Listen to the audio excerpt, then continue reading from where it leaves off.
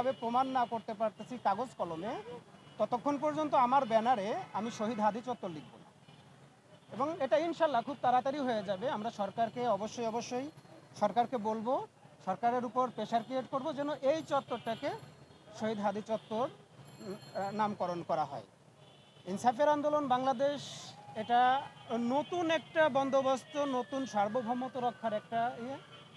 আমি শুধু আজকে এই নামটা কেন দিলাম, আমার নামের পিছনে আপনারা অনেকেই সাবেক পুলিশ সদস্য লিখতেছেন, তারপরে অনেকে আবার র্যাব সদস্য লিখতেছেন, এগুলো নিয়ে আসলে কথা হয়ে যায়।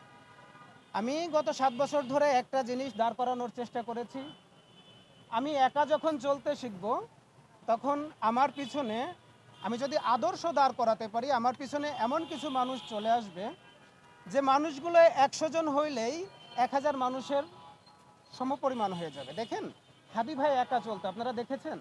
হাদি ভাইয়ের সাথে তার একেবারে কাছের কয়েকজন বন্ধু বান্ধব ছিল, কিন্তু সে এমন এক কিছু কথা বলে গেছে, হাদি ভাইকে নিয়ে যথেষ্ট স্টাডি আমার করা হয়ে গেছে।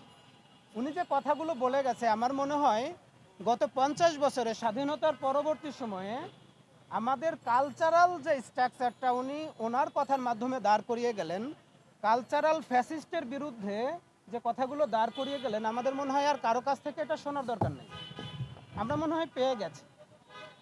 কিন্তু হাদি ভাইয়ের জীবনের একটা চাওয়া পাওয়ার ব্যাপার ছিল, সেটা হলো আমি যদি মারা যাই মিনিমাম আমার বিচারটা করেন, এরকম কথা তো আপনারা শুনেছেন তাই না?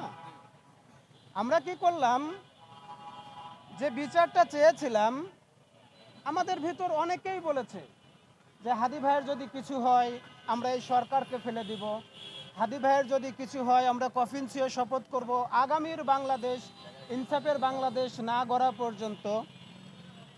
ঠিক তার 29 দিন আজকে হচ্ছে তাই না? এই 29 দিন পর এসে আমরা দেখতেছি যে হাদি ভাইয়ের বিচার চাওয়াটা কেমন যেন একটা অন্যায়ে পরিণত হয়েছে। মানে আপনি বিচার চাইতে পারবেন না, আপনি বিচার চাইলে কি হবে, আপনার জীবনের উপর হুমকি এসে যাবে। আমি এখন একা এখানে বিচার চাইতে বসি নাই, কারণ আমরা যাদের কাছে বিচার চাইবো আপনারা জানেন, একটা ওই দিয়েছে, চার্জশিট দিয়েছে। এই চার্জশিটটাকে তো আমি ঘৃণ ভরে প্রত্যাখ্যান করি। কেন করি? সারা বাংলাদেশ না, শুধু হাদি ভাইকে যারা ভালোবাসে দেশের বাইরে থেকে, তারাও এটাকে ঘৃণ ভরে প্রত্যাখ্যান করেছে। আপনারা জনমত যাচাই করেন। হাদি ভাইয়ের এই বিচারের ব্যাপারটাতে এই মামলার যে বাদী আছে এবং সরকারকে আমি রিকোয়েস্ট করে রাখবো আপনাদের মাধ্যমে, যদি সরকার পর্যন্ত পৌঁছে যায়, এই তদন্তটা দ্বিতীয়বার করা হোক। যারা তদন্তটা করেছে আয়ও পরিবর্তন করে দ্বিতীয়বার করা হোক। আমি বলতেছি না যে পুলিশ চেষ্টা করে নাই, পুলিশ তার সর্বোচ্চটা দিয়ে চেষ্টা করেছে। হয়তো পুলিশ যথেষ্ট চাপে ছিল, তার ভিতরেও আমরা মোটামুটি একটা ফাউন্ডেশন পেয়েছি। আমরা এটাতে খুশি না, আমরা পুলিশকে এটাতে দোষ দিতে চাচ্ছি না। আমরা যেটা চাচ্ছি সেটা হলো আমাদের সেনাবাহিনী যখন নতুন কোনো প্রশিক্ষণের সাথে যুক্ত হতে চায়, দেখবেন বাইরের একটা কান্ট্রির সেনাবাহিনীর সাথে আমাদের একটা চুক্তি হয়ে যায়, প্রতিরক্ষা চুক্তি হয়ে যায়, যে চুক্তির মাধ্যমে বাইরের সেনাবাহিনী এসে আমাদের সেনাবাহিনীর সাথে মোটামুটিভাবে একটা দেনান পাওনার যে বিষয়টা শেখা ব্যাপারটা, এটা কিন্তু পরিপূর্ণ করে।